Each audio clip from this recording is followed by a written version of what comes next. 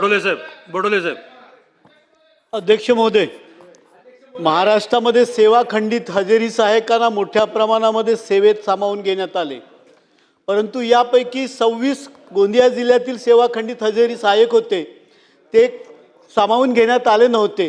नंतर ते न्यायालयात गेले. त्यांना सेवा खंडित हजेरी सहायकांना मजूर भेट म्हणून घेण्याचं शासनानं मान्य केलं आणि त्यांनी 2018 ती नोकरी पण केली.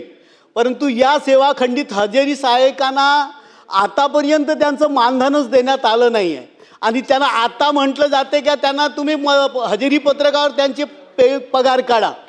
हजेरी पत्रकावर आता ऑनलाईन असल्यामुळे पगार काढता येत नाही.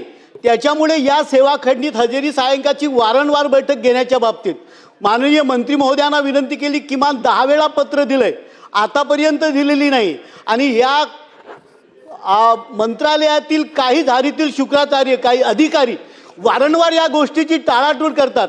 माझी विनंती असेल का या बाबतीत या सेवा खंडित हजेरी सहायकांना जे मजूर म्हणून म्हटलं गेलेलं आहे तर त्यांचा अर्धकुशल म्हणून पगार काढणार का, हा माझा पहिला प्रश्न. दुसरा प्रश्न, मोठ्या प्रमाणामध्ये मागच्या 2020 पासून 2023 पर्यंत या ठिकाणी कुशल कामाचे मंजूर करण्यात आले.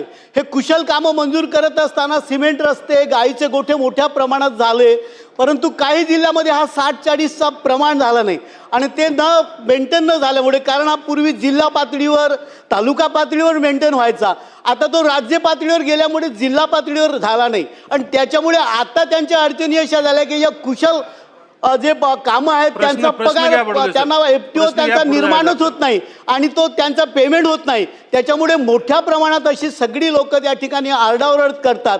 माझी विनंती आपल्या माध्यमातून राहील की हे दोन्ही प्रश्न सरकारने त्वरित या ठिकाणी त्यांचा निर्वाळा करावा आणि त्या बाबतीत सकारात्मक उत्तर द्यावे एवढी विनंती. सन्माननीय अध्यक्ष महोदय, हजेरी सहायकांचा प्रश्न सन्माननीय बडोले साहेबांनी जो उपस्थित केला तो न्यायप्रविष्ट प्रश्न आहे.